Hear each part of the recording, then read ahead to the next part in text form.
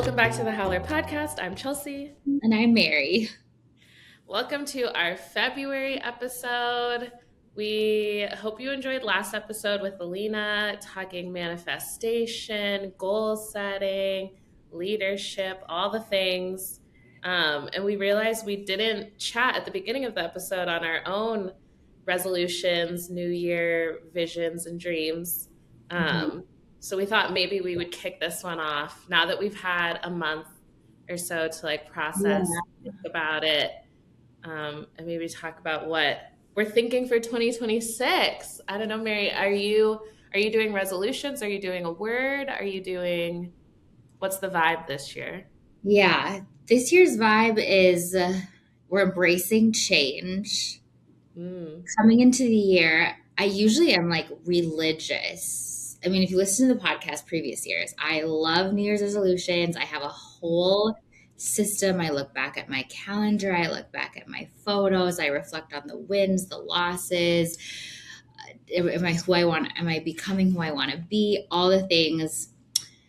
But this year, I just going into the year was craving soft is the best word I have. I just needed less to be and to do. And I just wanted to be and enjoy and be cozy. And so I kind of leaned into that. And I had finals all the way up until right before Christmas. But once it was done, I literally just was cozy the majority of the time. And I made a bunch of bracelets. I was crafty.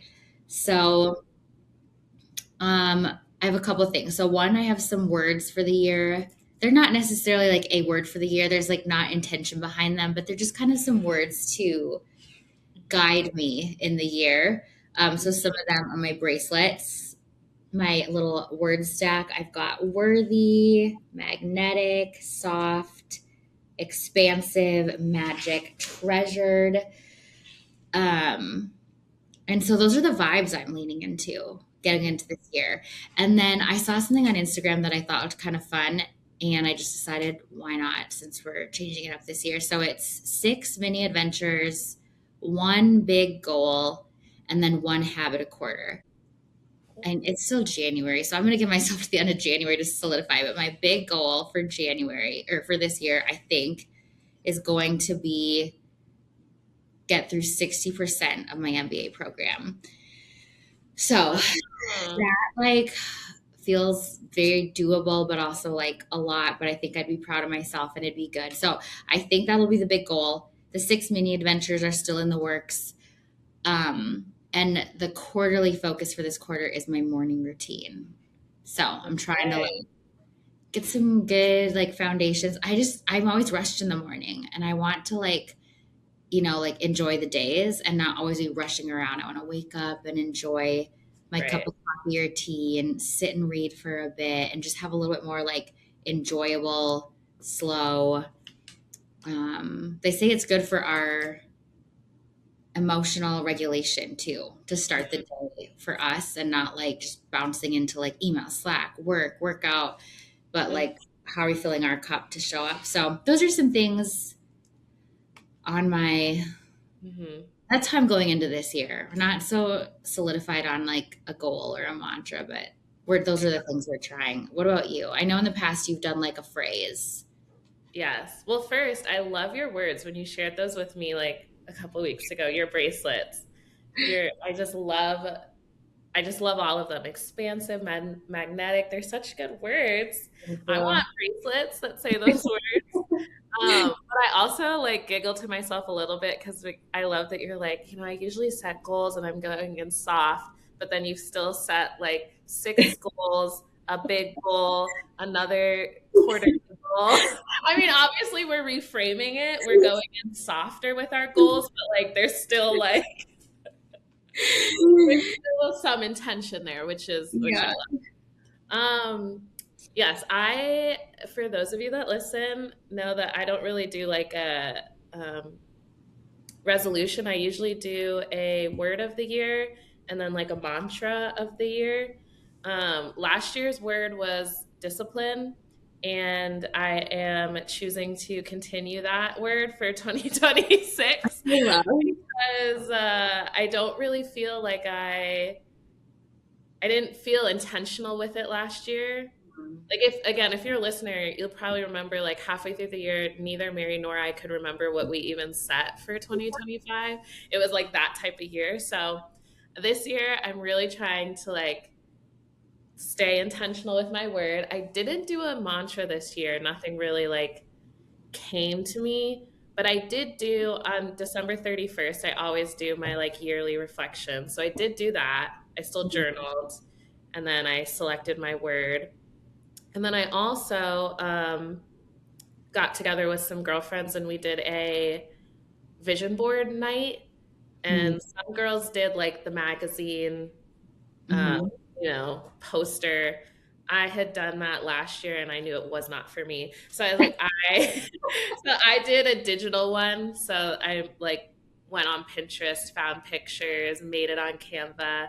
And so now it's my phone background so that I see it Ooh, every day.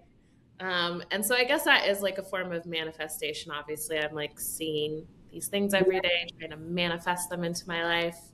And discipline is on there. And I put a little quote: discipline turns dreams into reality. So I guess that could kind of also be my mantra a little bit. yeah. Uh, Okay, I love it. yes. But also, like, I think there's a softness with discipline. Like, I feel like discipline can feel like it's this like, I mean, Mhm. it obviously the definition of discipline means to like stick with it and stay strong, and it Yeah, kind of feels like an aggressive word, but I do feel like you can take discipline in so many ways, like discipline in caring for yourself, and that doesn't have to mean like running a marathon. It can totally. mean like 5 minutes of breath work a day, or just like something, or Yeah, like discipline can mean eating healthy, but also having a cupcake. Like it can totally. mean whatever you want it to be. So Yeah. that's my word. Well, and have you ever heard like the concept? I forget the exact phrase, but it's like freedom and discipline. Kind of like if you want to sit down at the piano and just have the freedom to like play anything, you have Right. to have the discipline to practice so that you get there, or like work Yeah. out moves. Like it's both. There's almost like a give and take. Like that discipline creates this like Freedom. freedom. Yes, I love that. I don't think I've heard that, but I fully resonate with it. Mom and I always joke like about being type A planners of like trips and things. And it's like we plan so that we can go with the flow. Like I Exactly. like to have a sense of like options and things so that when I get there and something doesn't work out, I can be like, that's okay. Or like I don't want to spend my whole time being like, what should I do? What should I, And so Oh, I feel like that's the same concept of yeah, like, yeah, a little bit of discipline gives you the freedom to like do whatever you want. yeah, yep. Yeah. I love it. And I feel like, I mean, just from my vantage point, I feel like reflecting on parts of your year that I know, I feel like you were disciplined. Like when I think about some of the fitness journey stuff, like you were really committed to Yeah. new endeavors and such. Yes. I think I definitely was disciplined. I think I got to the year and realized I wasn't like as reflective on it, which maybe is a good thing. Like that it was just like literally part of my life and not something that I felt like I was forcing. But I do still feel like just personally there's still room for growth there. For So I was sure. like, we'll just pick it one more year and then see where next year takes us. Oh, I love it. Well, I feel like it wasn't this year, but last year's mantra. I remember sharing that someone came up to you and shared how impactful it was, and they share it with their kids. So Yes. you're probably inspiring more people this year with this dedication to something that is hard to do, especially in 2026 when we live in the age of AI and so many distractions and technology. To pursue that Mhm. is actually quite difficult and very admirable. So, Well, thank you. yeah, way to go. To you. There's such an importance with softness, I feel like, and especially entering a year where there's a lot of change coming, and Mhm. even just like being a human in 2026 and everything going on in our world, like Mhm. don't need to put added pressure on yourself. So I love that you were like focusing just on being and like Mhm. existing and being present because Yeah. only good things can come from that, I think. Yeah. And life's short, right? We got to be Seriously. in the here and now where we can too. So I will say on the vision board note, last year when we did those vision boards for Women Transforming Tech Month, I had Spain on my vision board and I went to Spain. So What? Okay. Here we go. put it out there for myself and it happened. So It did. anyways, that was fun. We'll have to, if you're setting resolutions this year or as a listener have any thoughts on this subject, we always love hearing from our pack on things they found interesting in the podcast or things that you're thinking about as you're listening. So we really do love hearing from you. It was fun last month hearing feedback on Alina's episode, and Hmm.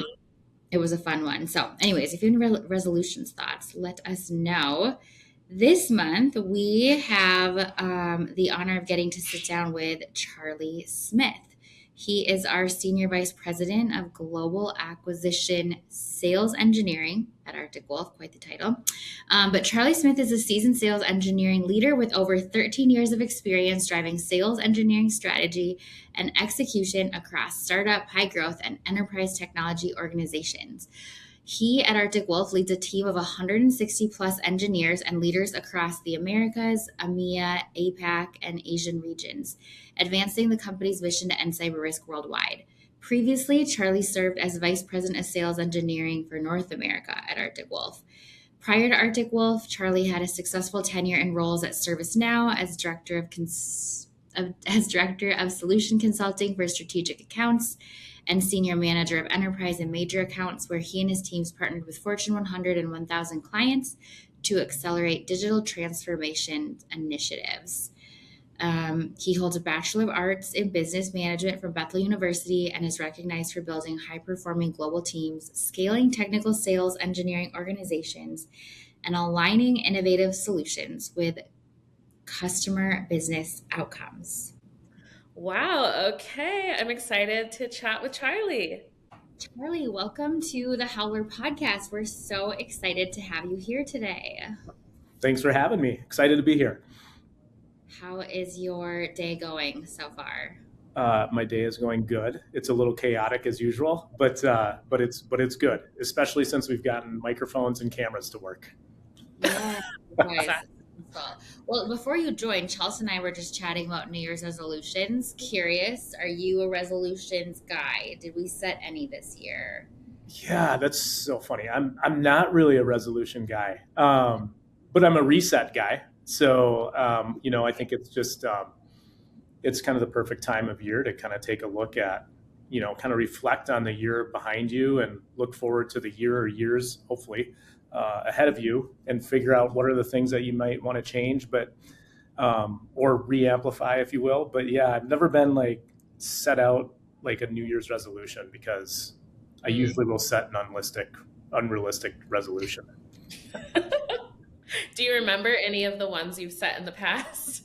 Kelsey, no, they're just your normal ones. They're usually like around dietary things or exercise or whatever, but nothing crazy. Yeah. I reset on sugar. So like that was one of the ones like just this year. Like I usually do a good job of like trying to avoid sugar as much as possible. But between New Year's and Christmas, I did an awful job of that. So like got into the first week of January and like I don't feel very good. And I'm probably sure that's probably because I had a lot of sugar. So like cut it out and I'll like be good with that probably until, I don't know, what's the next sweet holiday? Probably Easter. Yeah. Okay. Bypass Valentine's Day. Bypass. Okay. Wow, you're strong. You can make it past the Valentine's Day chocolate. Yeah. I do feel like everyone gets that pass between Christmas and we're all eating like 4,000 calories of cookies alone each day. You just like have to allow it. Yeah. It's funny. I was really good up until Christmas. And then once I got like past Christmas Eve, then it was like from Christmas Day to New Year's, everything fell apart, dietary wise. Just like But I think that's like when we were gathered the most with like our extended family and everything. And Totally. you just Right, all right. out, you know? Yeah. Well, it makes me laugh because I'm thinking about Amanda on our team. She posted over the holidays like a funny meme that was like, it's December 26th, the day that I plan my New Year's comeback while eating 3 servings of dessert for lunch. And I was like, that is so accurate. Me planning out my goals, and like literally every day I'm having a humongous cinnamon roll for breakfast that is left over from Christmas Day. Literally. Nothing wrong with that. It is what it is. And I Yeah. don't know if you guys have this mindset, but I was joking with someone else about this, but it's almost like, you have, let's say, 8 cinnamon rolls. You made 8 cinnamon rolls, and it's like, well, instead of like spacing those out, why don't I just have like 3 today? Because then it gets them gone faster. Then they're gone faster as opposed to spacing. That happens in our house for sure. Yeah. Yeah. I'm like, The faster you eat it, the sooner it's gone, and then you don't have to worry about it. Yeah. Exactly. Makes all the sense in the world. Super Thank logical. you. Okay. Well, we are so excited to have you on the podcast. Before we get to some of our hard-hitting questions, we always like to ease in. We've talked a little bit about resolutions. We love to ask people that you may be friends with within the company some like inside dirt about you so that we can like prepare our fun little segment. But they only said really great things about your hobbies and things that you love to do. So we didn't get any bad info, nothing crazy. But I feel like really timely with the Winter Olympics coming up, we heard that you love to ski. I do. And that you have like an annual ski trip situation. So tell us more about that.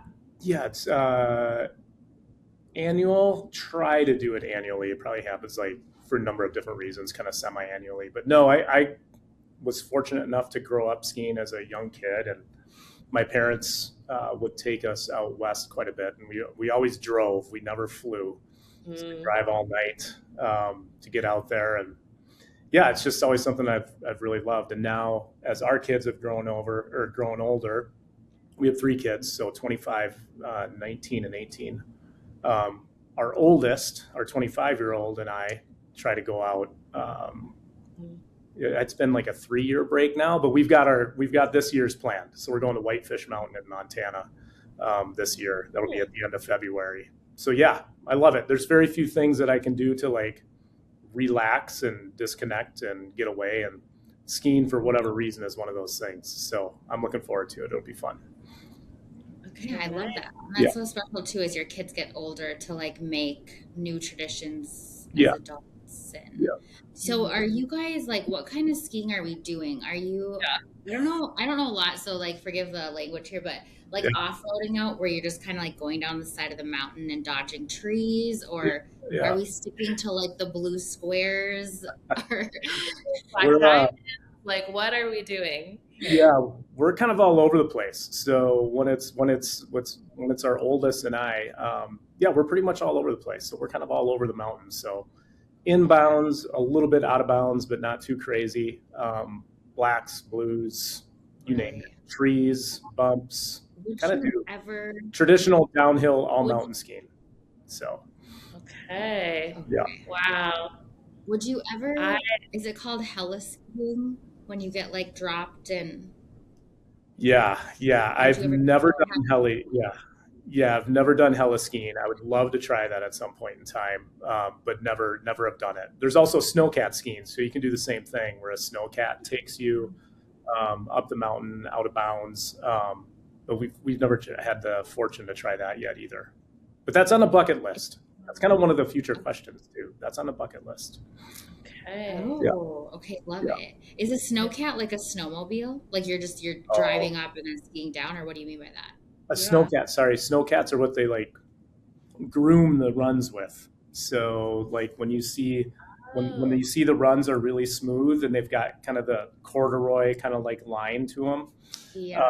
That's what a snowcat does. So it kind of drags the snow and gets them nice and groomed for people to ski on. So you have groomed and ungroomed Ungroomed obviously is not like that. It's rougher. There's bumps all over. Groomed is usually smooth. And so, yeah, that's how it works. Interesting. Yeah. I personally get so nervous skiing. I just feel like it is, I think, well, you could probably comment on this, but I know that I need to be confident Yeah. on the skis because otherwise I could just like run into a tree and die. Yeah. But I think my nerves, I struggle to have the confidence to stay alive. And I'm just like, this is like so dangerous. I'm just like flying on ice, my little body out here. Yeah. I think, well, this is my opinion. I think people that want to have control and are learning to ski, it's very hard for them because they don't feel like they're in control. And when you don't feel like you're in control, then you don't have the confidence. So like once you kind of learn the basics and you figure out how you can keep yourself under control, then you get more confident to kind of do other things and grow in your ability. But that's usually what it comes down to. So it's like the letting go. Yeah. To be out of control, but you know the skills to keep yourself in control. You got it. It's like okay. Yeah. All I say is I stick to the greens. And that works. Yeah. Greens are good. Greens are good. There's a lot of pretty scenery on greens. Like sometimes it's nice. Yeah, to just like go down, relax, chit chat with your friend while you're going down. That's my kind of, well, I do like skiing, but I have a bad knee, like 3 knee surgeries. That like lateral movement is just not good. So I don't really ski very much, but I'm the same way. Like my friends that are good skiers are always like, stop being so tense. And I'm like, it's the only way to survive. I can't do it.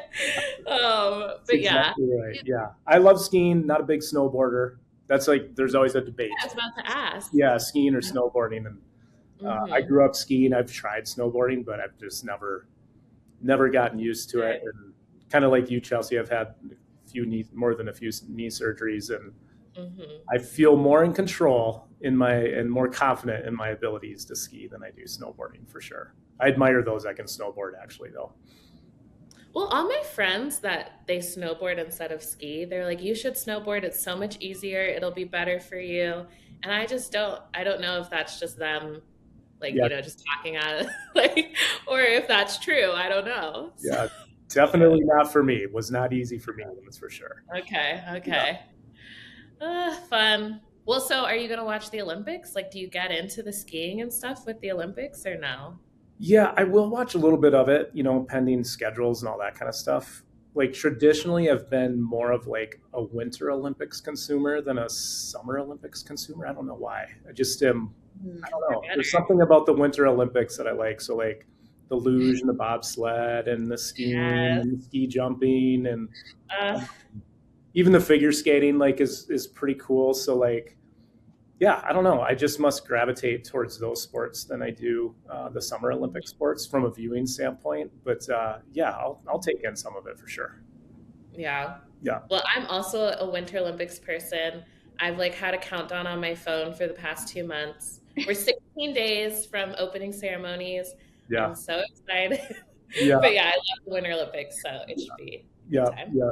And then from a hockey fan standpoint, like the 1980 Olympic team, right? So like I grew up with that, the 1980 Olympic team. So that's like fondly in my memory, even though I was still a young kid at the time, but I remember that vividly. And so that probably plays a part into it too. For sure. Yeah. For sure.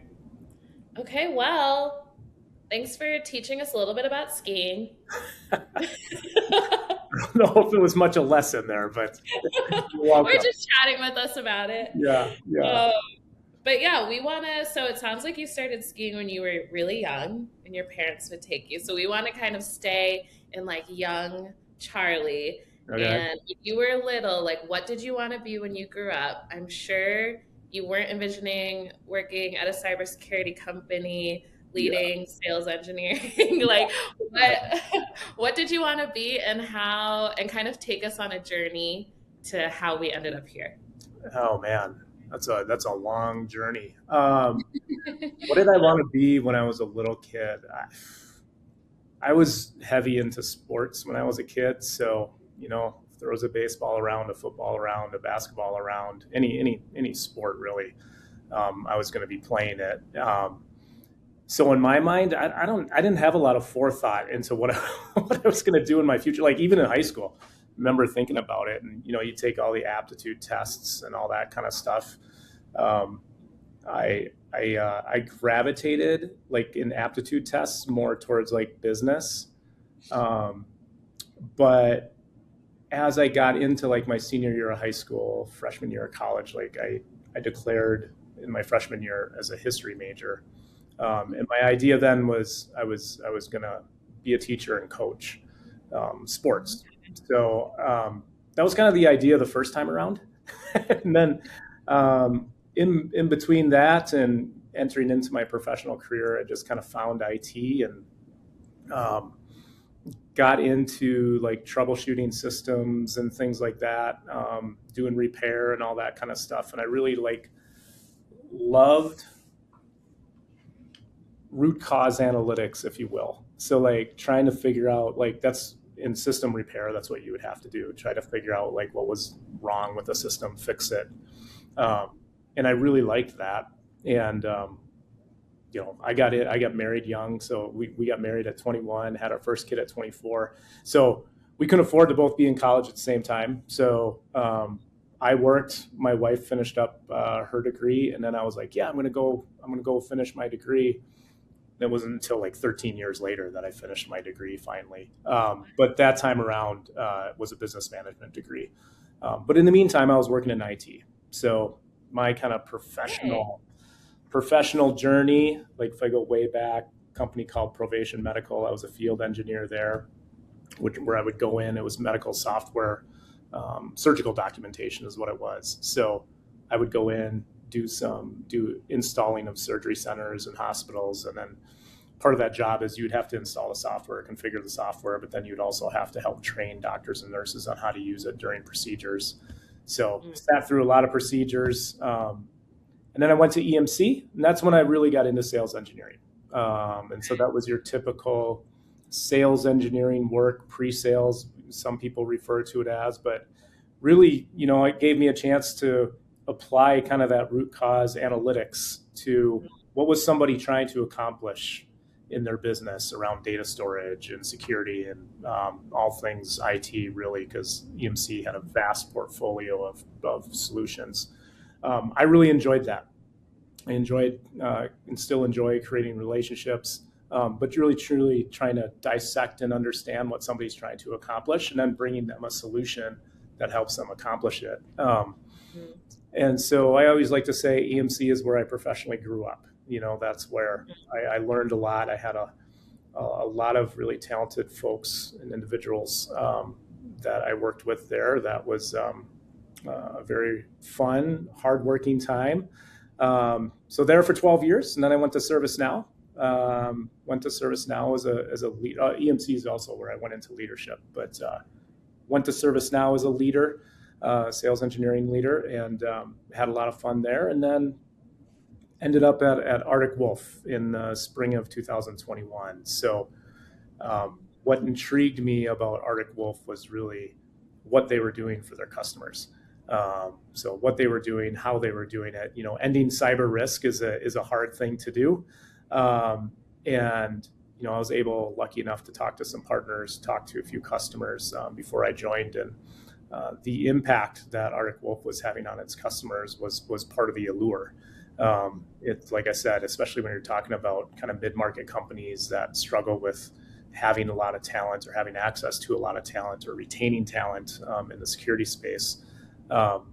You can see a weight lifted off their shoulders a little bit when Arctic Wolf is involved. And so that's a fun thing to be a part of. And that's kind of how I ended up here in a long-winded way. Yeah, no, I mean, I think those are some good cliff notes along the journey. For someone that's never heard of a sales engineer or has, but really has no idea what they do, Yeah. how do you describe it to friends and family outside industry, or how do you explain what you do or what the people on your team do? Yeah, I can certainly explain that. Thanks for asking. So, a sales engineer or an SE, like we call them, the first thing that they do is really when they go to engage with a customer, they engage with partners, they engage with prospects who might be a customer at some point in time. But in all three of those scenarios, they're really educating the customer, the partner, the potential prospect. And they do that in a variety of different ways. So that can be a presentation, it can be heavy on evangelism sometimes of what you're selling. They can do demos, they can do proof of concepts. But most importantly, what sales engineers are really trying to do is really try to figure out why somebody is engaging them in the first place. And what I mean by that is usually when somebody wants to learn something about what you are doing or selling out there in the field, there's usually a reason why. And so in our case at Arctic Wolf, they really are trying to understand sometimes like, why are they ultimately engaging with us? Did they suffer a breach? Did they have a bad experience in their enterprise with security? Do they not have enough talent? Do they have a whole bunch of security tools in their environment that they can't make sense of? So ultimately, where do they need help? And then what can we bring to bear that is going to help them and really help them achieve the outcome that they're looking for from us? And you can really apply that type of methodology that I just talked about to kind of almost any sales engineer that's out there in the world, not just Arctic Wolf. And in our case, the sales engineers, they need to be experts on Arctic Wolf. So we have a lot of different solutions and services that we provide to our customers. And, that they might have to be an expert in managed security awareness. They might have to be an expert in risk or managed detection and response or incident response. Or endpoint. Like there's just a lot to know about. And sales engineers are really the ones that are knowing a lot about a lot when it comes to technology or the services that the company that they're working for is offering a potential client or a partner or a customer. Yeah. I'm curious, do you find, that I know you lead a team of like over 160 sales engineers, but do a lot of people have a background in engineering, or is it a lot of different paths in business IT? Or Yeah, a couple different answers there. So like there's their lived background. What I mean by that is like what did they do before they were in sales engineering? I think it's pretty rare, and I'm not saying it doesn't happen, but it's pretty rare that somebody comes directly out of college or a post-secondary type of education and goes right into sales engineering. Might happen sometimes, but not a lot. Most of the time, people come into sales engineering from a systems administration background or a network background or a governance and risk and compliance background, some sort of technical background that they had. And usually in that background, when they were doing those things for a company that they were working for, they usually interfaced with an account team from a vendor. And through that interaction with the account team from a vendor or a partner, they kind of figured out like what a sales engineer did. And it probably piqued their curiosity of, hey man, I think I could do that. I think I could be good at that. And that's usually what happens is that they have some interactions with a vendor or with a partner, and they see sales engineers at that vendor or that partner, and then they figure out, that would maybe be an interesting thing that I would like to try. And so the backgrounds are, I would say, diversified in terms of what their technical background is. Like I said, sometimes it's in system administration, sometimes it's in network administration, sometimes it's in coding and programming, governance, risk, compliance. But it's a very diversified kind of background for a sales engineer. interesting. And last question on this train. Let's say we have someone in college listening, or that's really interested in the field, whether it's breaking into Arctic Wolf or they're just breaking out into the industry in general. Like, Yeah. what would your advice be? First getting a technical aptitude from an educational standpoint. That can come in a number of different ways, by the way. It doesn't mean that you have to have a degree in a certain technical aptitude. But I think if I was a college student today and I was wanting to go into technology, I would study, for the most part, technology things. So computer science comes to mind, anything in information technology, anything from a coding standpoint, anything from you could put like server administration even in there. You could put information security. There's information security degrees that you can get out there. So I would start with that type of that foundation. And then I would go work in whatever that foundation is for a while. So you get the real hands-on experience, because what that allows you to do is, like, if you go out into the workforce and you work in that type of technical foundation, you know what it's like. And if you know what it's like as a sales engineer, you know, you have the lived experience of what somebody is looking for from you, right? So your ability to just educate them is just a lot better if you've done what they've done at some point in time in your career. So I always say, start with the education, get it however you can get it. If you're going to go to school, not everybody wants to go to college, right? But you can get into entry-level IT jobs at a company without a college degree. So go get the experience working in it, and then go into sales engineering. That's usually my advice. Well, let's shift gears here a little bit and talk about leadership, which I'm excited to pick your brain a little bit more on, because in your intro, or when you talked about what you wanted to be, you mentioned you originally were thinking history teacher and coaching. And I feel like so much of leadership, or great leadership, involves coaching. So I'm excited to learn, like, if you leverage some of the, like, do you find joy in it the way you thought you would? Coaching, but why don't we start with just like, what are some leadership philosophies that you were like really core to how you lead? Yeah, I think the biggest thing that I've learned being a leader, one of the biggest things, I've learned a lot of things, but to listen first, listen and observe, and then speak and decide, if that makes sense. That doesn't mean too that you're not decisive, and that doesn't mean that it takes a long time for you to make a decision. But I think, tying this back to sales engineers love and crave context behind something, right? It's very hard to go and recommend a solution to somebody if you don't have all the context in terms of what they're trying to really, what outcome they're trying to drive towards, right? So in leadership, I think you have to be able to provide context in a lot of ways. And I think the only way to do that is, first you have to listen, got to kind of observe what's going on, and then speak and decide on things. So that has been foundational for me in my leadership life, for sure. Yeah, I love that. I think there's something just core to being a human, of wanting to feel seen and heard too, and especially in a team context of, like, your opinion having value. So it's cool that you incorporate that in how you lead your team. And it's easier said than done too, right? Because everybody's in a hurry, especially in our lives, right? So everybody's in a hurry, and so to do that, you have to be purposeful, you have to be intentful, and you have to take the time to focus and be present in the moment. And that's another thing too, there's a lot of distractions coming at a person, no matter if they're in leadership or not, in a daily work life. And you just think about how many communication mediums you have. You have email, you've got text, you've got just cell phones, you've got Slack, you've got people are using social media, you have all these notifications coming in from everywhere. What do you pay attention to, and where do you focus your time?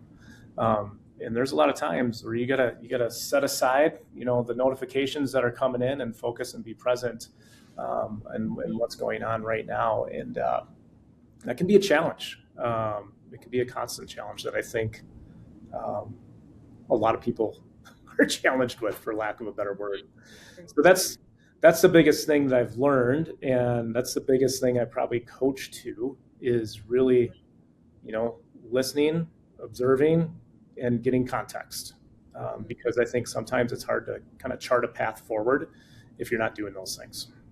Well, as Mary mentioned, you had shared your interest in potentially being a coach, a sports coach, or a history teacher, which again are obviously like super influential roles. You're like influencing people. So like, what excites you about people leading in general? Like what made you be like, what, I know that eventually I want to lead a team. I don't know if you have dreams and visions of leading an even larger team, But what excites you?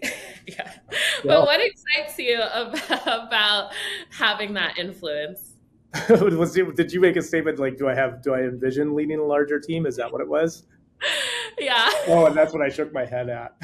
Yes. I no, what I was shaking my head at was did I ever think I would get into leadership? That's what I was kind of shaking my Mm. head at. Oh, I okay. Okay. never it was not on my radar professionally Mm. to lead. I mean, if I would have gone back, 25 years, I always give the analogy or tell the story of when I went to EMC, for example. I was lucky enough my brother worked there as well. And so like I had some tutelage from him as I came in. Um, but there were some, I was a very young adult when I started there. I was like 27 years old, 26 years old. And I was working in some cases where people were much more senior than me, had a lot more experience. All I wanted to do was, man, if I can be half as knowledgeable as they are, if I can be half as good at their job as what they are, I'm going to be really happy. So I never envisioned leadership until somebody brought it up to me. Mm. When an opening had come available and somebody asked me, hey, have you ever thought about going into that? At the time, I had said no, hadn't even thought about that. So it kind of comes back to your original question, which was like, what do I enjoy most about it? Mhm. I enjoy just trying to make a difference in somebody's life positively. Kind of comes down to root cause again. Like, what is it that a person is trying to accomplish, and what is most important to them, and how does that align to business goals and things like that? I love that because I don't think employees want to necessarily stay still in their career. If they do, that's fine. Like some Mhm. people just want to do what they do and do it really well. But you also have to evolve so that doing what you're doing really well today doesn't mean you're going to do that same thing really well in 36 months, right? So Mhm. how do you just continuously help people evolve, help them accomplish what they want to accomplish? Um, Try to block out noise, as much noise for them as possible so that they can focus on those things. And there's personal and professional coaching that if they want it, I'm going to help with it. So I enjoy that aspect of it. I love that aspect of it. And I love the mentorship aspect of it and Mm. leading from the front. I think I'm never going to ask my team to do something that I'm not going to do. So, Mhm. there's a leading from the front aspect that I really like as well. Mhm.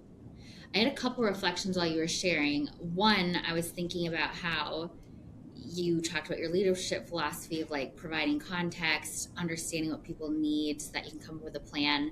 And that mirrors exactly what you were talking about with like the SE role and how you serve customers. So it's interesting how it applies to your leadership philosophy, but then you're modeling that.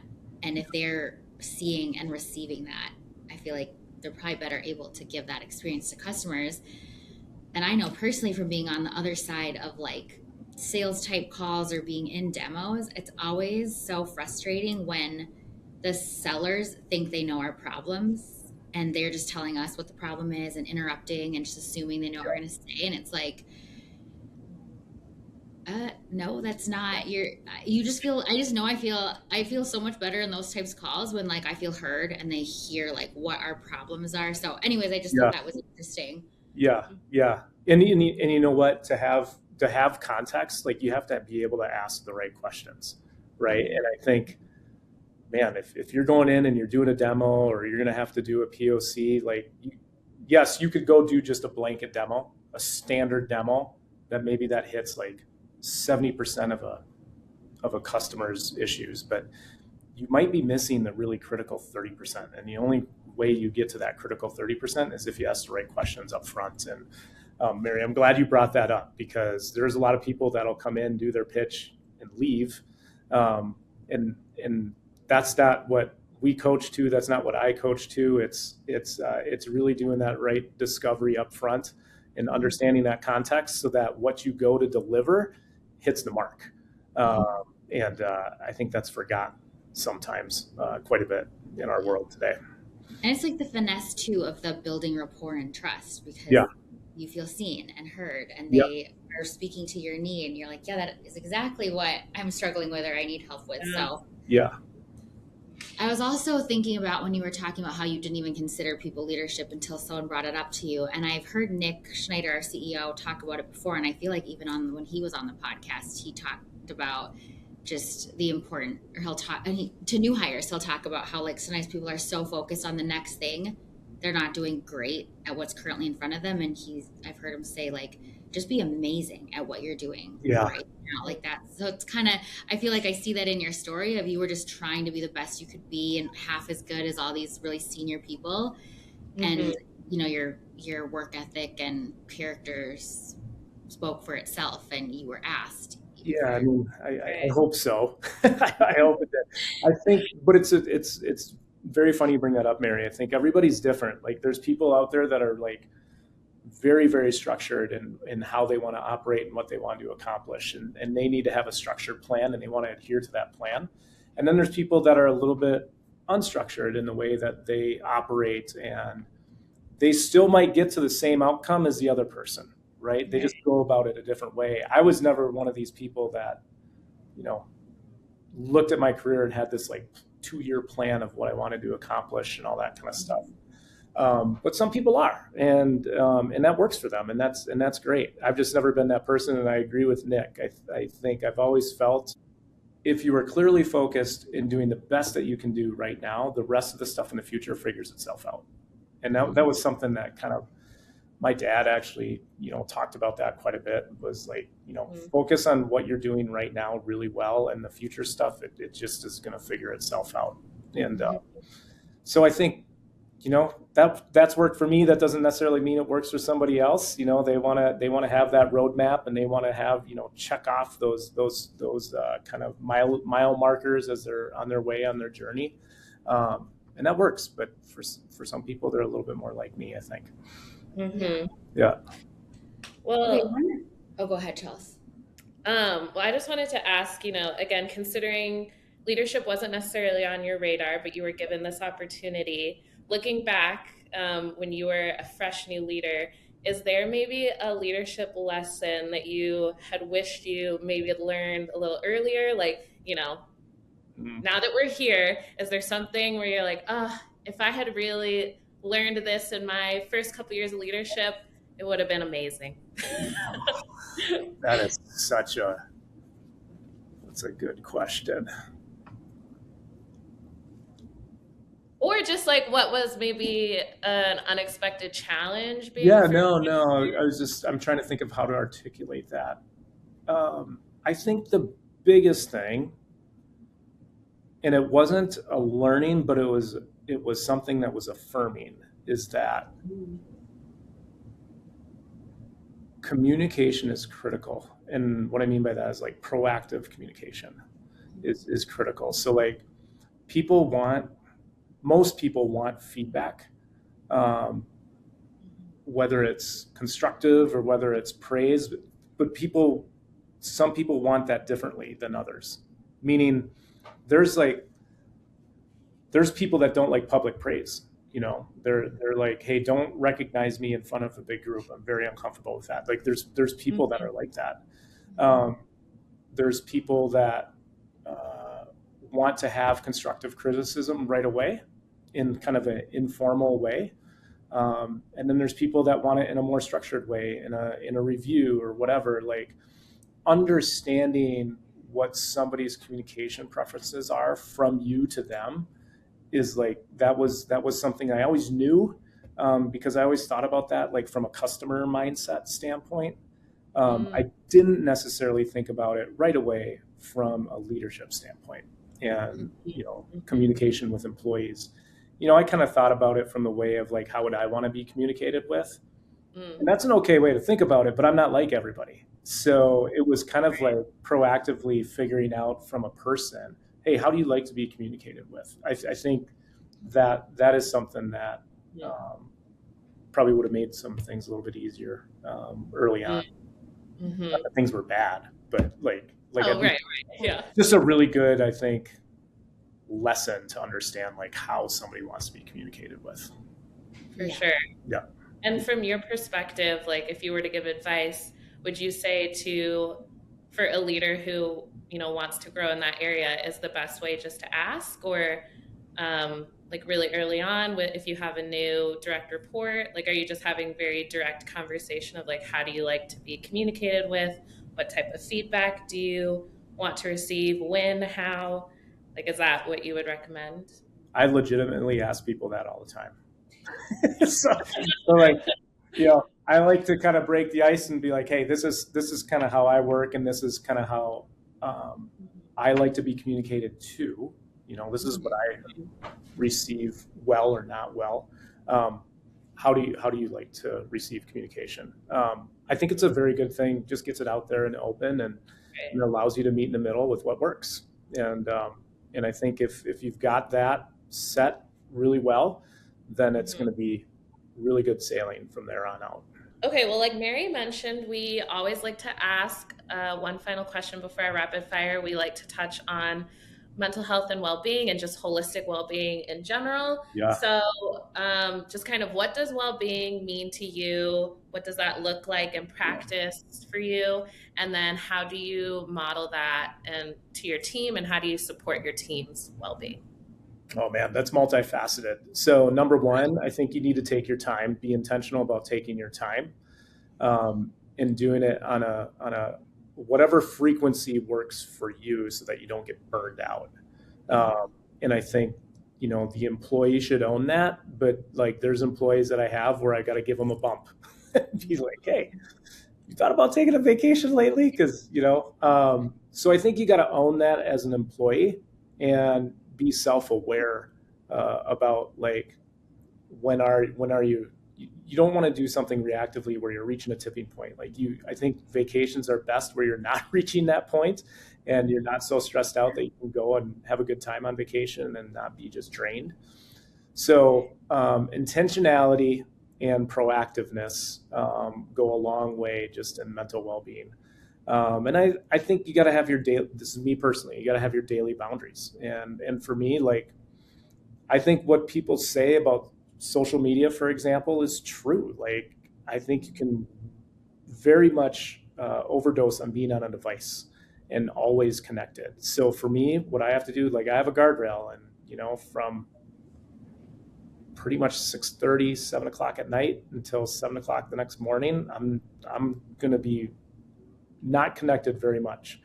Now, I've got international teams, so I will be, there to support them in an emergency case or whatever. But for the most part, you got to have your boundaries and get away. So for me specifically, my mental well-being is spent being away from being connected.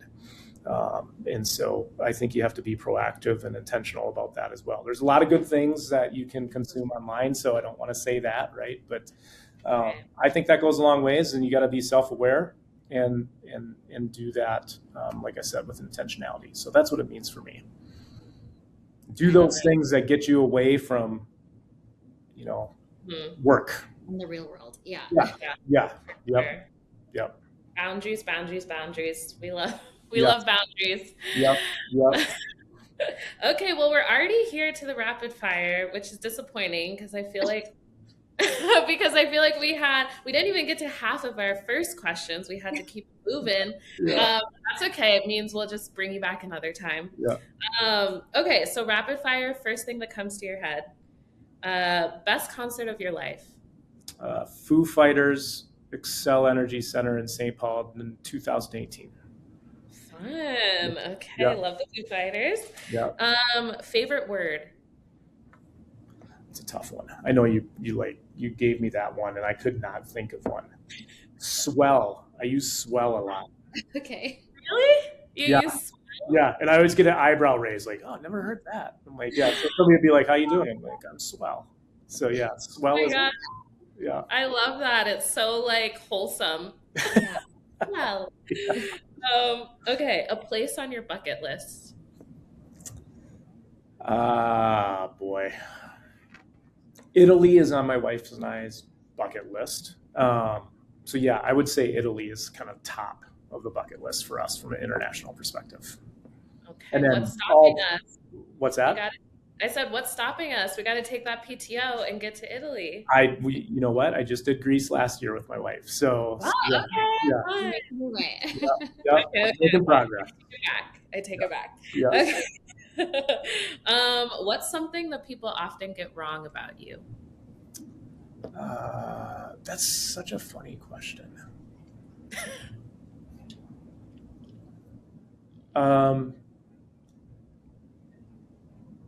I hate losing. I take pride in keeping my emotions in check. So I think whether I'm a leader or not a leader, um, try not to get too high, try not to get too low, and not get too emotional about things. So that doesn't mean I'm robotic, but I do not like losing, and I specifically don't like losing in anything. so people who know me, like, they know that that's a thing for me. So yeah. I don't like So, losing. Yeah. so are you saying in a roundabout way that maybe people would think you're taking things too seriously, where you're Uh, really just trying to like regulate your emotions? they would say that I'm very, very competitive, but I don't necessarily let it show all the time. Okay, Yeah. okay, Yeah. So okay. like when you're that parent, because I'll be this parent, like when you were playing like checkers with your kids when they were like 4, there was just like absolutely no grace. Like you were gonna beat them. Yeah, it's Mary, this is funny. My wife and I literally just talked about exactly that like 2 nights ago. And the discussion was, should you let your kids win? And I'm like, no.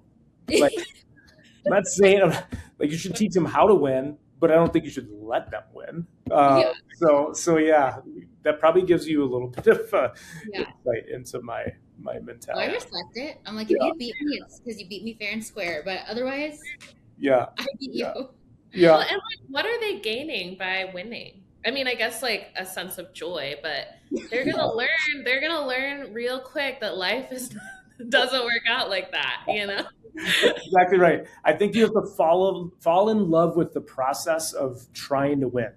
And I think Right. now that I'm thinking about it, like that's what I always really enjoy is like that process. And so like this just happened the other night. We were playing cards and I lost like 4 games in a row. And we got done with the 4th game and my wife and daughter were like, okay, we're done. I'm like, nope, one more game. And I'll keep going until I win. And then if I win, then it's like, okay, I can end on a good note. Now we can be done. Yeah, Seriously, that is me with yeah, Yahtzee. My family loves Yahtzee, and I hate Yahtzee, and yeah, I will make them play until I win. And I'm like, okay, I'm good. yeah. We're good. We're good. Wait, so did you win that 5th game, the card game? Yeah, did you I win? did win the 5th game Okay. and the 6th game. Where We we played played? another one after that. Yeah, yeah. What's that? What game was it? Have you ever heard of Smear? Oh, yes. Yeah, Yeah. We played a Okay. lot in our family. Yeah, yeah. Okay, nice. Yeah. All right, final question. Give us a snapshot of an ordinary moment in your life that has brought you joy. A snapshot.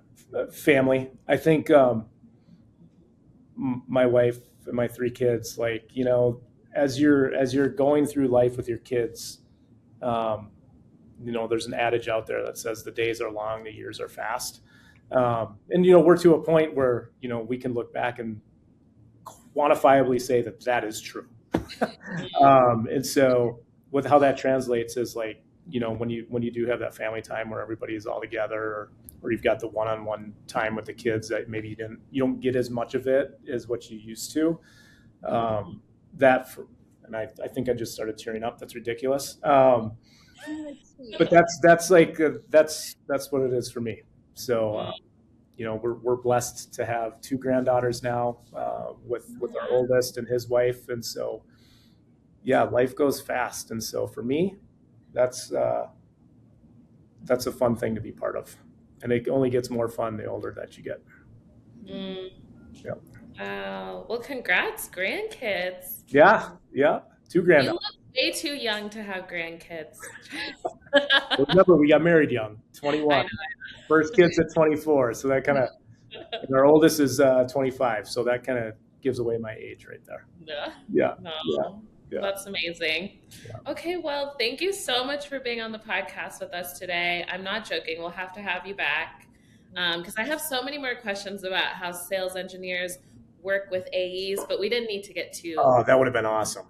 you That know. would have been awesome. But next time, next time. Yeah. Yeah. But thank you so much. Thank Wishing you you all the guys. best with 2026, even Yeah, though we're have not fun on your doing it. ski trip in Whitefish. Yes, Yeah. with your ski trip.